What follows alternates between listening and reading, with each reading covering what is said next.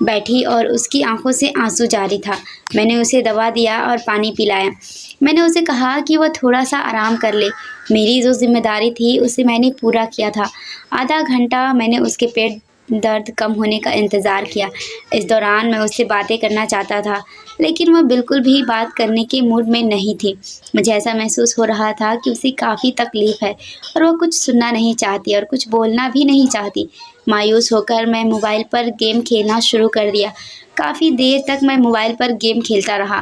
پھر موبائل سے سر اٹھا کر دیکھا تو نازیہ سو چکی تھی۔ مجھے بہت زیادہ مایوسی ہوئی تھی۔ اس رات کے لیے تو میں بہت ہی زیادہ سپنے سجائے تھے کہ مجھے میری محبت مل جائے گی تو ہم ہمیشہ خوشگوار زندگی گزاریں گے، خوب ساری باتیں کریں گے، ایک دوسرے سے محبت کا اظہار کریں گے۔ لیکن میں تو کھل کر اپنی محبت کا اظہار تک نہ کیا تھا اور وہ سو گئی۔ مجھے نیند نہیں آ رہی تھی۔ میری محبت اتنی حسین لڑکی جو کہ اب میری بیوی تھی، وہ میرے سامنے تھی۔ میں کیسے سو سکتا تھا؟ میں نے اس کا سر ہلا کر اسے جگانا چاہا تو وہ آدھی نیند میں تھی۔ اس نے صرف اتنا کہا کہ اسے بہت درد ہو رہا ہے، اسے سونا ہے۔ مایوس ہو کر میں بھی سو گیا۔ اور کیا کرتا؟ صبح جب میں اٹھا تو وہ نارمل تھی اور میں بھی نارمل تھا۔ شادی کی پہلی رات اس طرح سے گزرنے کا افسوس تو مجھے بہت تھا، لیکن میں نے کہا کہ ٹھیک ہے، بیچاری کی طبیعت ٹھیک نہیں تھی تو کوئی بات نہیں۔ صبح مجھے وہ ٹھیک لگی تو میں نے اسے اپنی محبت کا کھل کر اظہار کیا۔ اسے بتایا کہ میں کیسے پہلی نظر میں اس کا دیوانہ ہو گیا تھا اور اسی وقت اسے شادی کرنے کا فیصلہ کر لیا تھا۔ میری بات سن کر وہ خوش ہو گئی۔ وہ ٹھیک لگ رہی تھی، مسکرا رہی تھی، شرما بھی رہی تھی۔ اس کا یہ رویہ دیکھ کر مجھے بہت خوشی ہوئی اور مجھے سمجھ آ گیا تھا کہ رات میں واقعی اس کی طبیعت ٹھیک نہیں تھی۔ لیکن جیسے ہی میں اس کے قریب ہونے لگا تو اس نے پھر سے اپنا پیٹ پکڑ لیا۔ کہا کہ مجھے درد شروع ہو چکا ہے، لیکن میں کیا کرتا؟ لوگ کیا سوچیں گے کہ شادی کے پہلے ہی دن بیوی کو ڈاکٹر کے پاس کیوں لے کر آیا ہے؟ ہمارے یہاں اس قسم کی باتوں کو بہت غلط سمجھا جاتا تھا کہ شادی کی پہلی صبح ہی بیوی کو کسی حکیم یا ڈاکٹر کے پاس لے کر جایا جائے۔ ان باتوں کو لوگ غلط رنگ دے دیتے تھے۔ میں جانتا تھا کہ اس کو تکلیف ہے، لیکن اگر میں اس کو لے کر ڈاکٹر کے پاس گیا تو لوگ طرح طرح کی باتیں بنانا شروع کر دیں گے۔ ایک تو میرے خاندان کا ماحول ایسا تھا، لوگ حسد میں تھے، میرے اپنے رشتہ دار حسد میں مبتلا تھے۔ میں نے شادی پر بہت پیسہ لگایا تھا اور بہت دھوم دھام سے شادی کی تھی۔ ہم لوگ کوئی اتنے زیادہ امیر نہیں تھے، لیکن اپنی حیثیت کے مطابق زیادہ خرچہ کیا تھا۔ خاندان کے باقی لوگ اتنا خرچ نہیں کرتے تھے، کنجوسی کرتے تھے۔ اسی وجہ سے ایسی صورت میں اسے اگر شادی کی پہلے ہی صبح میں ڈاکٹر کے پاس لے کر جاتا یا ڈاکٹر کو گھر لے کر کے آتا تو معاملہ کہاں سے کہاں پہنچ سکتا تھا۔ مجھے اس کا اندازہ تھا۔ میں نے اسے کہا کہ تم آرام کرو۔ میں کمرے کی لائٹ آف کر دی اور باہر چلا گیا۔ سب گھر والوں نے اور دوسرے رشتہ داروں نے جو کہ شادی کے سلسلے میں میرے گھر پر ہی تھے اور ابھی تک پھیلے ہوئے تھے، انہوں نے میری اتری ہوئی شکل دیکھ کر مجھے بہت کچھ اندازہ لگا لیا تھا۔ انہوں نے مجھے کچھ نہیں کہا تھا، لیکن ان کی نظریں مجھے بہت کچھ کہہ رہی تھی۔ میں اپنی اداسی اور اپنی مایوسی کو دور کرنے کی بہت کوشش کر رہا تھا، اوپر سے بہت اداکاریاں کر رہا تھا کہ میں خوش ہوں، لیکن میرے دل کا حال شاید میری آنکھوں سے بیاں ہو رہی تھی۔ تھوڑی دیر بعد میں واپس آیا تو دیکھا کہ میری بیوی بستر پر موجود نہیں ہے۔ واش روم سے پانی گرنے کی آواز آ رہی تھی، شاید وہ نہا رہی تھی، لیکن جب میری نظر بیڈ کی چادر پر گئی تو میرے ہوش اڑ گئے تھے۔ ایسا منظر دیکھ کر میں حیران رہ گیا تھا۔ سفید رنگ کی چادر جس پر لال رنگ کے دھبے لگے ہوئے تھے مجھے کچھ اور ہی کہانی سنا رہے تھے۔ یہ سب کیا ہو رہا تھا مجھے معلوم نہیں تھا۔ تھوڑی دیر بعد میری بیوی واش روم سے نہا کر کے نکلی تو میرا غصے سے برا حال تھا۔ میں نے اسے ان دھبوں کے متعلق سوال کیا تو وہ پریشان ہو گئی۔ ایسا محسوس ہو رہا تھا کہ اس نے خود یہ دھبے نوٹس نہیں کیے تھے اور نہانے چلی گئی۔ وہ ہکا بکا ہو کر چادر کو دیکھنے لگی اور میرے غصے سے برا حال تھا۔ میں نے اس سے بہت سوال کیا، لیکن اس نے مجھے کچھ جواب نہیں دیا۔ میں نے کہا کہ مجھے جلدی جواب چاہیے۔ یہ سب کیا ہے، ورنہ میں تمہیں ابھی اسی وقت طلاق دے دوں گا۔ میری یہ دھمکی سن کر تو وہ اور زیادہ پریشان ہو گئی اور میرے قریب آ کر میرے لبوں پر ہاتھ رکھ دیا، مجھ سے منتیں کرنے لگی کہ میں اسے طلاق نہ دوں۔ میں نے کہا تو پھر مجھے بتاؤ کہ ان دھبوں کی وجہ کیا ہے۔ اس نے مجھے کہا کہ آپ مجھے 3 مہینے کا وقت دے دیں، میں سب کچھ آپ کو بتا دوں گی، لیکن 3 مہینے سے پہلے میں یہ راز آپ کے سامنے نہیں کھول سکتی، ورنہ بہت کچھ برا ہو جائے گا۔ اس کی بات سن کر مجھے اس کی بات پر یقین نہیں آ رہا تھا۔ مجھے لگا وہ بنا وجہ بہانے بنا رہی ہے۔ میں نے اس سے کہا کہ مجھے ابھی اسی وقت تمام سوالوں کا جواب چاہیے۔ تم نے رات بھی مجھے قریب نہیں آنے دیا اور صبح بھی تمہارا رویہ میرے ساتھ ٹھیک نہیں تھا، اور اب یہ دھبے۔ میں تم سے محبت کی شادی کی اور محبت میں اس قدر اندھا ہو گیا کہ تمہارے متعلق کسی قسم کی کوئی چھان بین تک نہیں کی، لیکن اب نہ جانے کیوں مجھے تمہارا کردار برا لگنے لگا ہے۔ مجھے لگ رہا ہے کہ میں نے تم سے شادی کر کے غلطی کی ہے۔ آخر ایسا بھی کیا راز ہے تمہارے پاس 2-3 مہینے سے پہلے مجھے بتایا نہیں جا سکتا؟ میں غصے سے بول رہا تھا، لیکن ہلکی آواز میں، کہ کوئی آواز کمرے سے باہر نہ جائے۔ اگر آواز کمرے سے باہر چلی جاتی تو اس میں میری ہی بدنامی ہوتی اور ہم سے جلنے والے خوش ہو جاتے کہ میری شادی کی شروعات ہی خراب ہو گئی۔ میرے حالت جیسی بھی تھے، لیکن میں اپنے جلنے والوں کو خوش نہیں کرنا چاہتا تھا۔